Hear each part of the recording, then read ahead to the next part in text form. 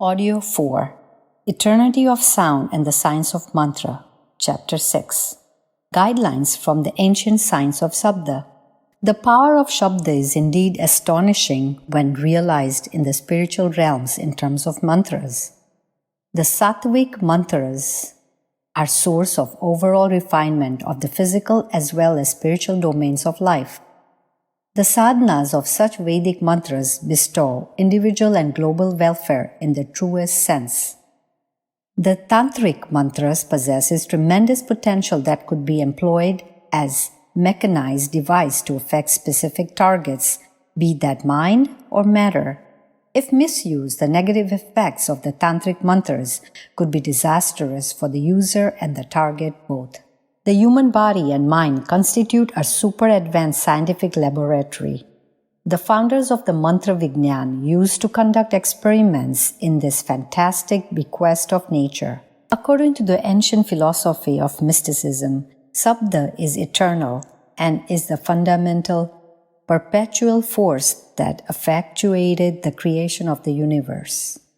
The blueprint of any event that is going to happen anywhere in the cosmic expansion first occurs in the form of the vibrations of Shabda in the ocean of its omnipresent nada.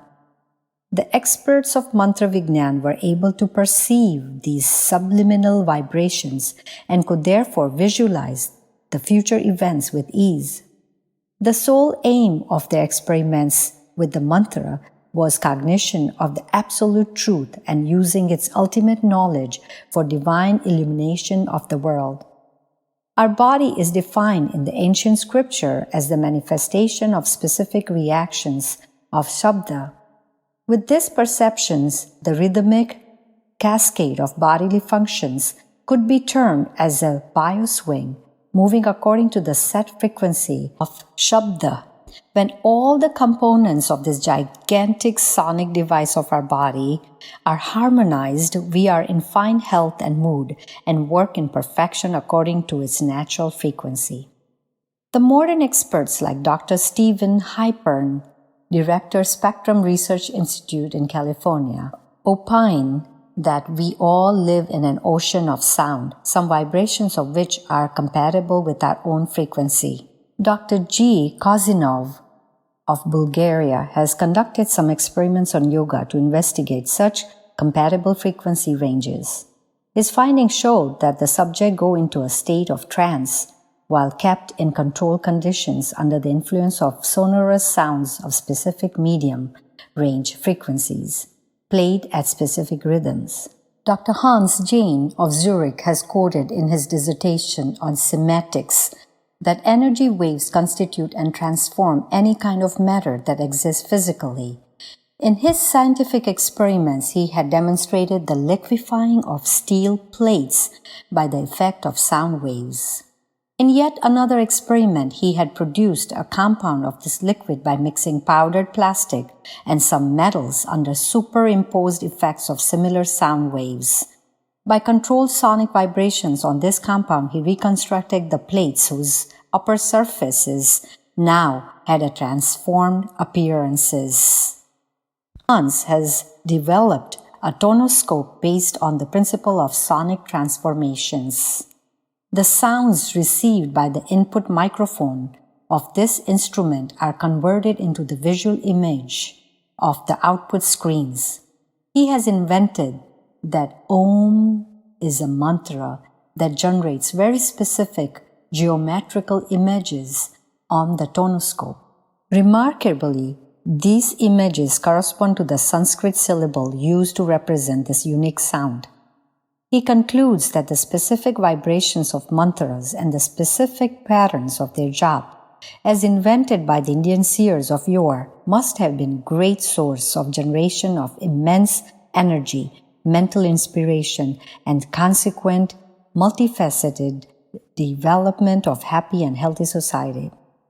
If a stone is thrown in a silent water pond, then circular waves moving in the transverse directions are generated on its surface. Similarly, any vibration in the etheric ocean generates sound waves in the cosmos. These waves move longitudinally in all directions, forming a virtual sphere of vibrations in the space. As the region of expansion and the strength of the waves in the water pond will be more for the heavier stone, similarly, the impact of the louder sound generates the sound waves of higher intensity and vice versa. Methods of collective japa or chanting of mantras seem to have been designed according to this principle of synergistic amplification of intensity. These are found to induce magnificent impact on the gross and the subliminal domains of life. Research on sound therapy carried out by Dr. Lislier Lasanio of Vienna has also been significant in terms of investigation into an ancient branch of knowledge through modern scientific means. His experiments on yoga, along with recitation of Om, have shown very positive effects on the large number of patients in his sanatorium. Similar research projects in some other advanced laboratories have shown that specific sonic vibrations have intensive effect on the endocrinic glands. The musical sound of nature, such as the music of winds, soothing sound of the smooth flow of rivers, the melodious sound of the birds, etc., is also found to have positive effects on the physical and mental health. These findings are like another step towards the realization of the unique bequest of the Almighty bestowed upon us in the form of nada existing in the nature.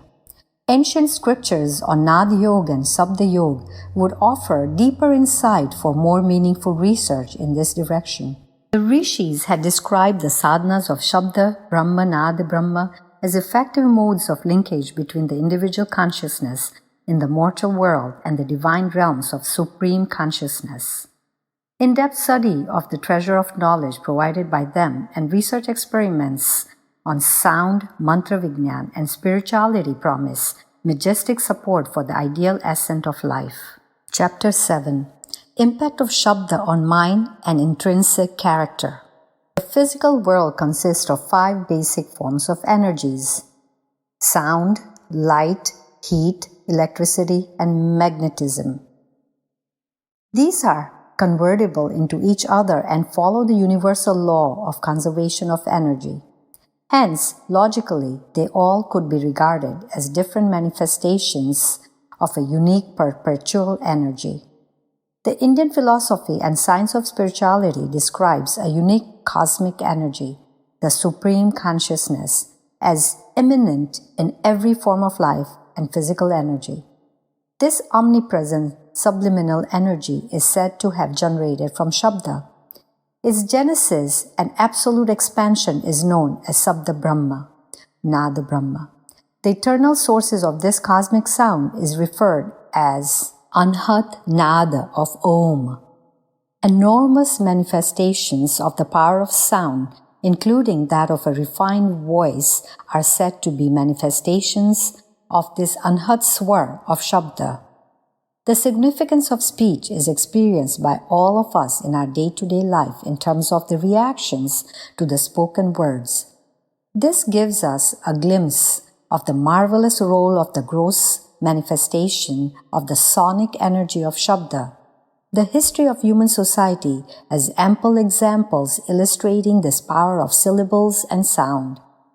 Few words of inspiration can enthuse a soldier to win the losing battle. The terrific effect of Mr. Winston Churchill's V for Victory motto had changed the fate of England in the Second World War.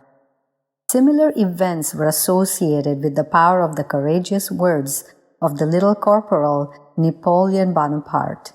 The power of the syllables is electrified by the inner strength and confidence with which they are spoken.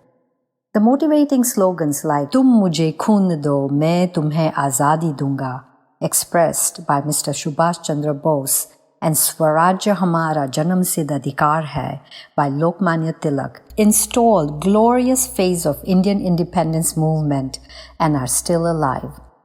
Mahatma Gandhi's speeches had a power to hypnotize the listeners, to drive millions of people, even though these speeches would not be outstanding in terms of eloquence or breadth of knowledge. The power of syllables manifests itself according to the intentions and inner force of the speaker. Few scornful words of Draupadi had triggered the ego of Duryodhana and thus resulted in the devastating war of Mahabharata. This last example clearly signifies the calamitous effects of the negative use of the immense power of Shabda. Language of anatomy, the hearing and speech system gets top priority in the brain and occupies about 50 to 60% portion of our brain's active area. The functions of the creative activities of the hands get the next priority, and so on. We also should give top priority to controlling the words spoken, written, or heard by us to avoid the misuse of the precious power of our brain. Spiritual disciplines indeed give crucial importance to the practice of satsang, sanyam, swadhyay, and manan for enhancing the purity, integrity, austerity, and piety of hearing, speaking, reading, writing, and thinking. At higher levels of spiritual refinement, the power of spoken, thought, or written form of the gross manifestations of Shabda expresses itself in terms of the effective blessings or curses. The rishis used to hear, speak, and think absolute truth and were therefore endowed with the supernormal talents of using this power at will. The birth of Lord Rama and his brothers by Shingi Rishi and his blessing, and the death of King Parikshit due to the curse of Lomash Rishi are some of the well-known examples in this context available in the ancient Indian scriptures. Most importantly, the latent power of Shabda stimulates the subtle nuclei of consciousness inside our body and has significant effect on our mind. The auspicious words, example, the prayers offered to divine powers, the holy quotes, or the preachings of the great saints create corresponding positive effects on our mind and sentiments. Sacred thoughts and deeds are directly linked with such boons. The practice of uttering and writing the auspicious words before the beginning of any important work is common in almost all religions and seems to have its roots in the realization of the above effects of our ancestors. The harmful effects of abusive language and dirty words on our conscious minds are obvious. We might utter such words while quarreling or in anguish or when our mind is excited. The reaction is easily seen in the deformation of the otherwise pleasant face, expressions, or almost shaking posture of the limbs, etc. The ill-intentioned, vulgar, or erotic words get latently registered in our subconscious mind and assimilate insidious impact in terms of maligning our sanskars, thus may pervert our character in the long run. While the serene and inspiring words can touch the inner sentiments of ordinary mortals like Kalidas and convert them into great scholars, the substandard abusive words could, with equal potential, turn the innocent children into dreaded criminals. The choice is ours. If we want to see a better future for our society, then we must preserve, practice, and propagate the righteous teachings of the great saints and the social reformers and struggle to eliminate the inciting erotic literature and obscene audiovisual creations from our world forever.